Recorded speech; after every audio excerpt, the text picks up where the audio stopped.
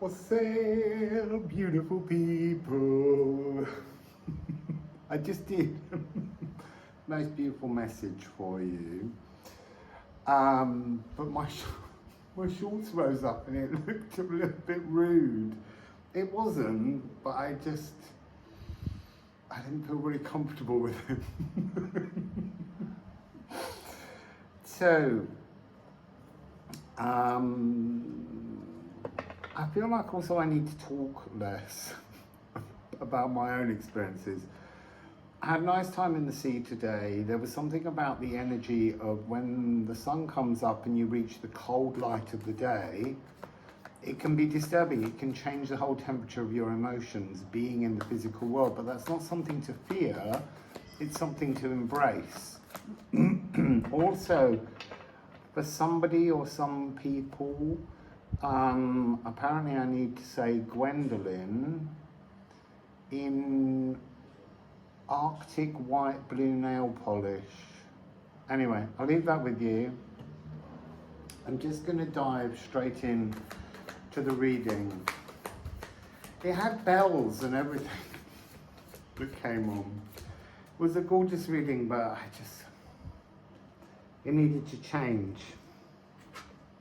So it opens with Liffruma. So this is just saying to me, this will be the message of light that you need today. The cold light of the day.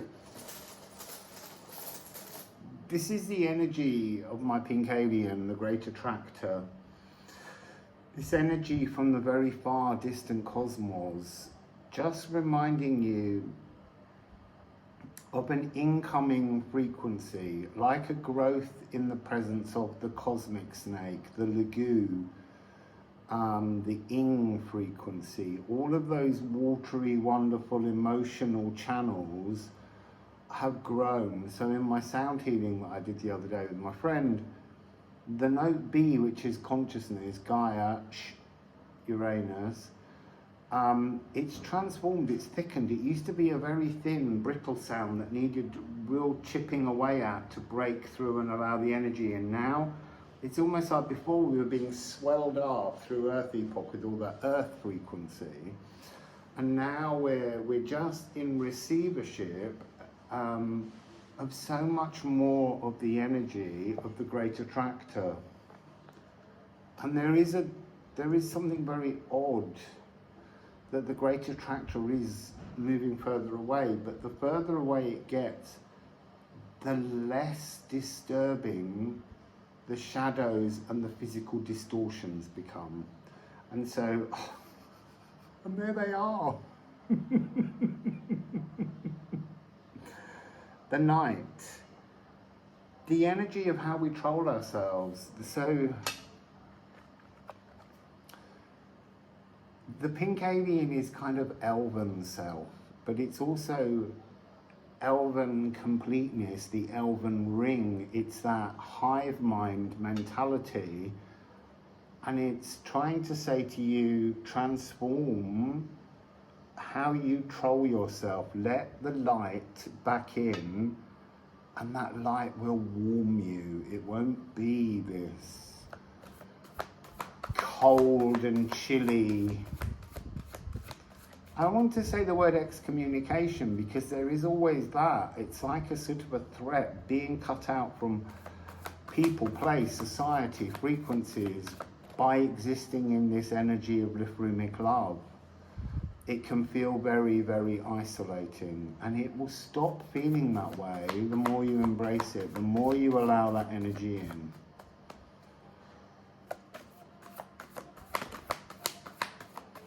I assume that's fascinating because that came up at the end, not as the card, but as a concept at the end of the last reading. So I want you to look at the difference between these two cards. So this is cosmic consciousness. And that energy of rolling with cosmic, loving, beautiful, energetic consciousness over an abyss of turmoil can be frightening. It is the cold light of day. And yet here, the pink alien is offering to support you, to hold you. This pink alien is your elven self, up there in the elven ring, holding on to you, assisting you, carrying you, supporting you. It's so beautiful. And this is the future, towardness, helping you to move towards your own future, your destined future. It's like a kind of spiritual assistance, a comfort that's coming in.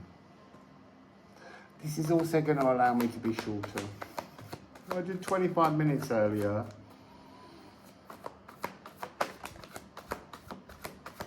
Oh, you see, and that is interesting. So we've got Hygeia.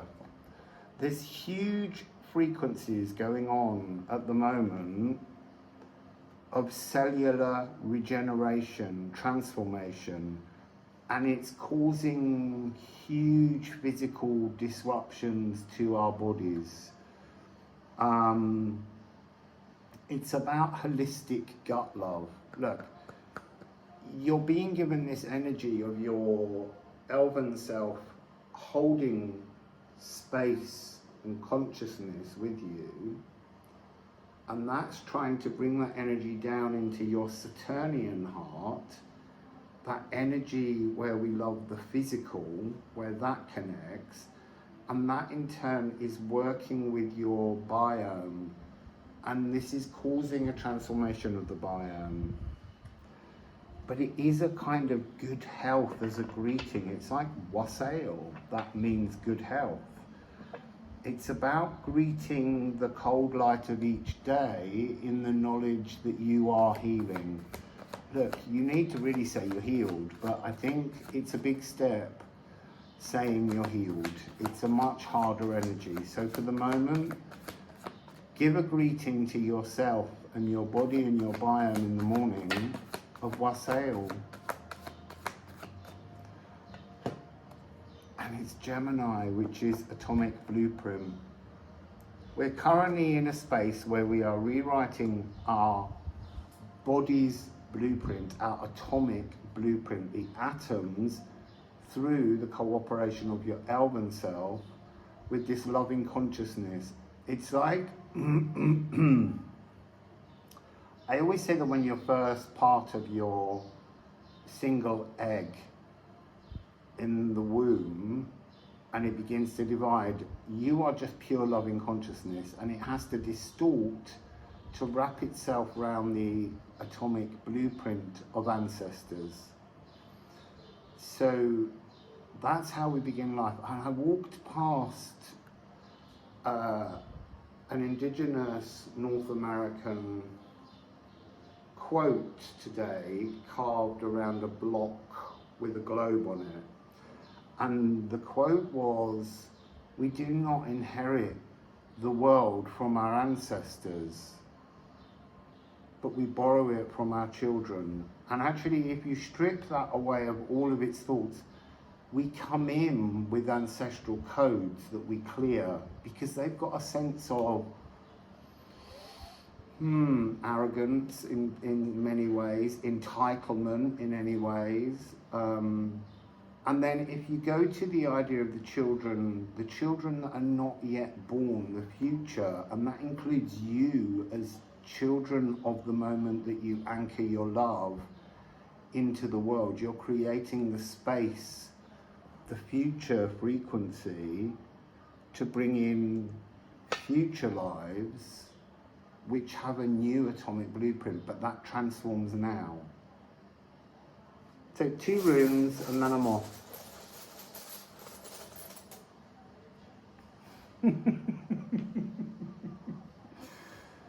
So we have Liffruma. Give yourselves love. Wire that Liffruma love into your body. I want to say there's a really important phrase which was in the first reading, and I think it is the message of today. which is to take time. You know, there's this frequency we talk about, the dark night of the soul, and today there was a lot of giggling around that, because it's like, you wish it was just one night. It's many nights, it's many weeks, it's many months often, it's years sometimes. My own journey of traveling to find this sense of being at peace with myself has taken 3 years. And I had the great fortune to have all the time in the world to work on it continually. So you can't rush a miracle, or you get shoddy magic. You get a glamour, you get a falsehood, you get an appearance of healing, but not a truth of healing. And your new atomic blueprint comes with the rune sigil. No, you. That's interesting, but it is you in your life force.